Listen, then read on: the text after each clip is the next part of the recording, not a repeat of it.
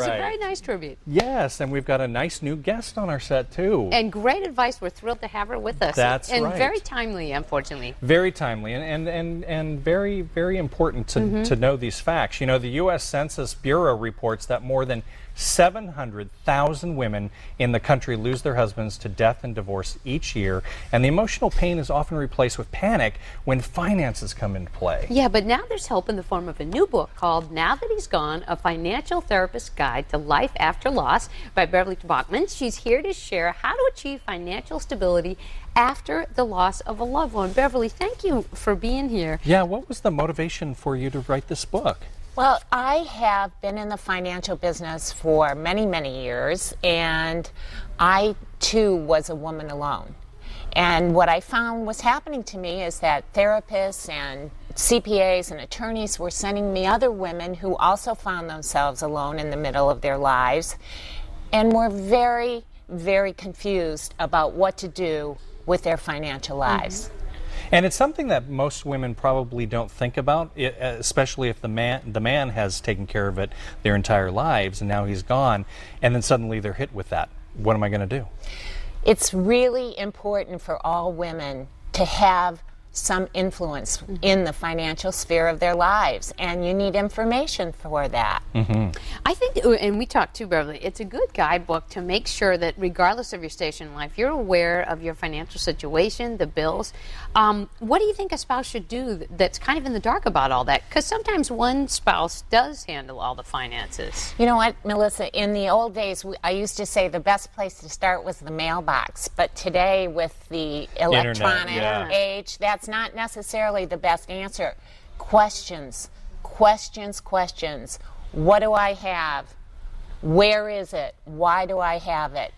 All of those things are such important questions to ask whether a woman is still partnered or then, again, once there's an advisor in the room to find out what all these things are and why they're there. Start today, I would think, would be good. Okay. What do you have any advice for women out there who may want to make that first step today? They're still partnered. How do they kind of broach that subject when it might be kind of touchy?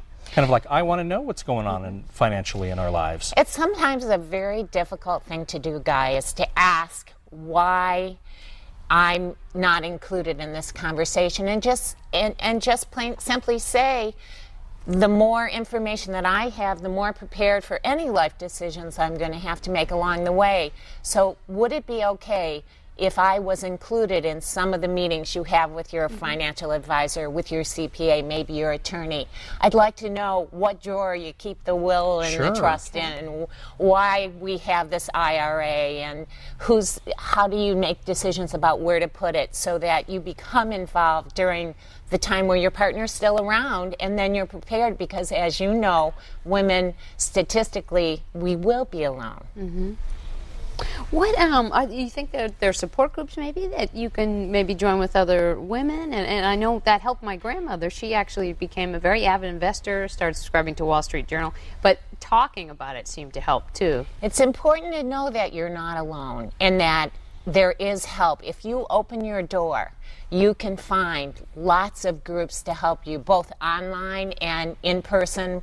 I began a group called Just Us Girls, where we get together, share our experience, our strength, and our hope about what's going on in our lives, and have some influence a positive influence on the world we live in. Now, you have 3 questions that can help a spouse gain control of their financial situation. What are those questions? And I mentioned them earlier, and they are really important. So the very first thing is, what do I have? Where is it? And probably the most important question, why do I have this?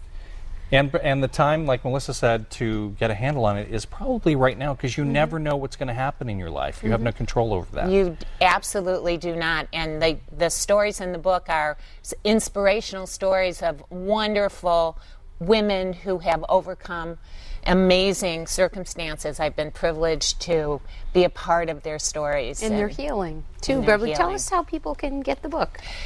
You can go online to nowthathe'sgone.com and order the book there, and it's also on Amazon.com. Okay, you make it easy. Thank you, Beverly, thank you so much for sharing the information, and congratulations on your book, too. Thank you so That's much nice. for having me. Nice to have you. Thank you. Some great information. I enjoyed reading it very much.